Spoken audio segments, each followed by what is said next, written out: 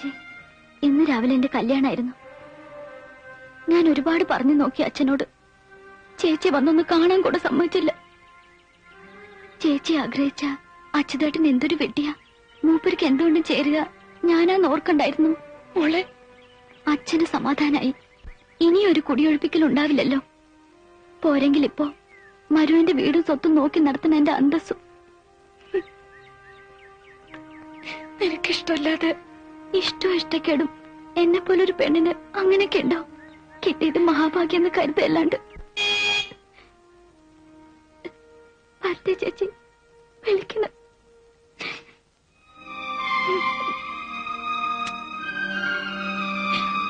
മോളെ, എന്തെങ്കിലും വിശേഷങ്ങൾ ഉണ്ടാകുമ്പോ എന്നെ അറിയിക്കാൻ മറക്കരുതേ ചേച്ചി.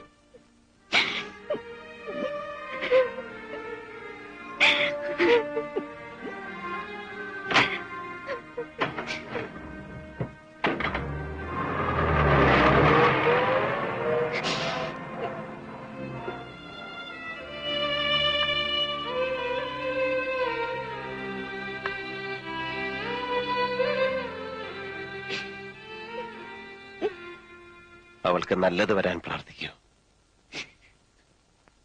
എന്റെ അനിയത്തി. അരുത്, കരയരുത്. ചെല്ലു, ഒരുക്കങ്ങളെല്ലാം തീർക്കണ്ടേ. മനസ്സിലിനി ഇന്നത്തെ യാത്ര മാത്രം, അതേ പാടുള്ളൂ. എനിക്ക് അച്ഛനെ ചെന്നൊന്ന് കാണണം. ശാപം ഏൽക്കാതിരിക്കാൻ ആ കാലിൽ തൊട്ടൊന്ന് നമസ്കരിക്കണം. കാണുന്നതേ ചതുർത്ഥിയായിരിക്കും എന്നറിയാം. എന്നാ വേഗം വേണം, സമയമില്ല. എനിക്കിത്തിരി ധൃതി കൂടുതലുണ്ടല്ലേ, ഒരു എക്സൈറ്റ്മെന്റ്. ചെല്ലേ.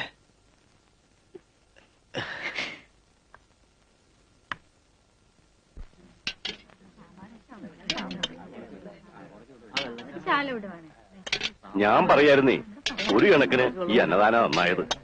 ഒരു വിവാഹ സദ്യ എന്നൊക്കെ പറയുമ്പോ എന്താ ചെലവ്? പെട്ടെന്നെടുത്ത തീരുമാനമായിരുന്നല്ലോ. ആരെയും വിളിക്കാനും പറയാനും ഒന്നും പറ്റിയില്ല. പിന്നെ നോക്കിയപ്പോഴേ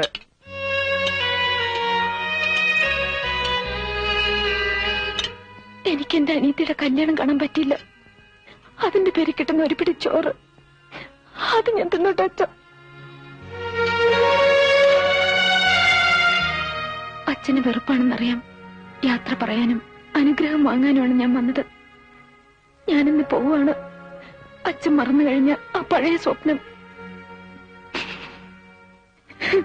ശപിക്കരുത് അച്ഛ. അച്ഛന്റെ ഭാനു തെറ്റൊന്നും ചെയ്തിട്ടില്ല. അച്ഛനൊന്നും മറന്നതല്ല മോളെ. വിധി അച്ഛനെയും മോളെയൊക്കെ മാറ്റിയതാ.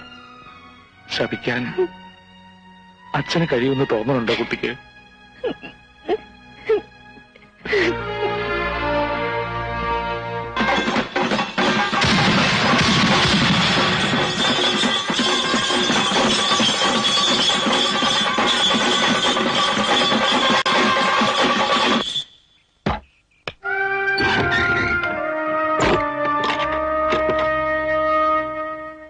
എന്തൊക്കെയോ മറന്ന പോലെയുണ്ട്.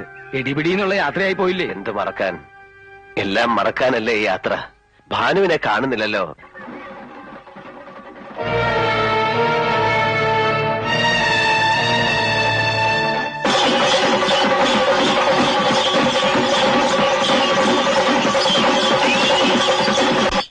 എന്താ ഭാരതി ഭാനു കാണിച്ചത്? വണ്ടി മിസ്സാവുമല്ലോ. എന്റെ ഈശ്വര, ഈ കുട്ടിക്ക് എന്താ പറ്റിയത്? നീല,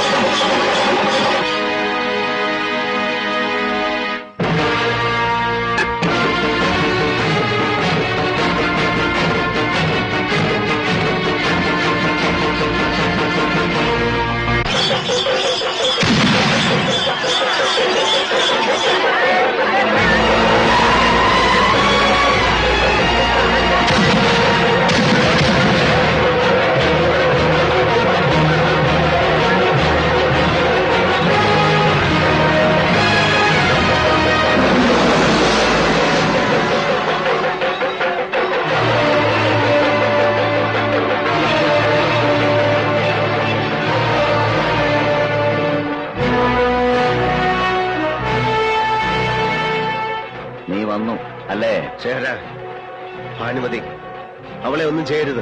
എന്ത് ചെയ്യാൻ? അത്തരത്തിലൊരു ഊച്ചാളി അല്ലടാ ശേഖരൻ. നിന്നെ ഇവിടെ കൊണ്ടുവരാൻ എനിക്ക് അങ്ങനെ ഒരു വഴി നോക്കേണ്ടി വന്നു. അത്രേ ഉള്ളൂ. അവളെവിടെ? ധൃതി വെക്കാതെ അവൾ ഇവിടെ തന്നുണ്ട്. കഴിഞ്ഞ കൊല്ലം ഇതേ ദിവസം നീ അലങ്കോലമാക്കിയ ഉത്സവം, അന്ന് നാലുപാടും വിരണ്ടോടിയ അതേ നാട്ടുകാർ. ഇക്കുറി നിന്നെ എനിക്ക് ഇവിടെ കിട്ടണമായിരുന്നു. എന്ത് വേണമെങ്കിലും ഞാൻ നിനക്ക് തരാം. എന്നിട്ട് ഞാൻ പൊയ്ക്കോളാം. ശേഖര, ഞാൻ എന്തും തരാൻ തയ്യാറാണ്. നീ എനിക്ക് ഒന്നും തരണ്ട. ഞാൻ തരുന്നത് നീ വാങ്ങിച്ചാ മതി. ഈ പുരുഷാരം നോക്കി നിൽക്കേ.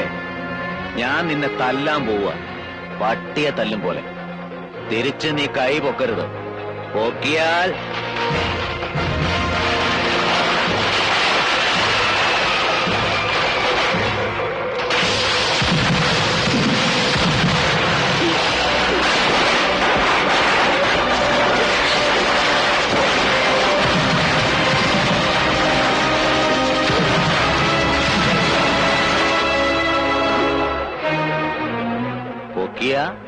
വെടിമരുന്ന് പോലെ കത്തും. അവളുടെ കരച്ചില് പോലും പിന്നെ നീ കേൾക്കില്ല. നീലകണ്ഠനെ ശേഖരൻ ജയിക്കുന്നതിന് ഈ ആളുകൾ മുഴുവൻ സാക്ഷിയാവണം. എന്നാലേ എന്റെ കലി തീരൂ.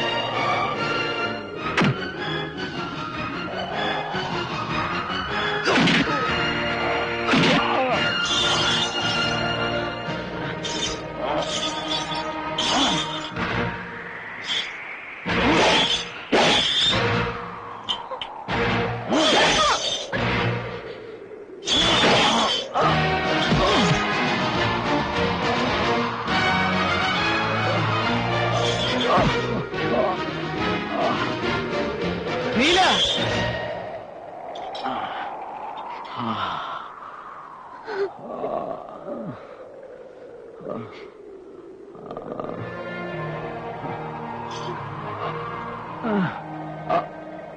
ശേര, എനിക്ക് ജീവിക്കണം, സ്വസ്ഥമായിട്ട് ജീവിക്കണം. അതിന് തടസ്സം നിൽക്കാൻ ഇനി നിന്റെ കൈകൾ ഉണ്ടാകരുത്. അതുകൊണ്ട് ഞാനിത് എടുക്കുക.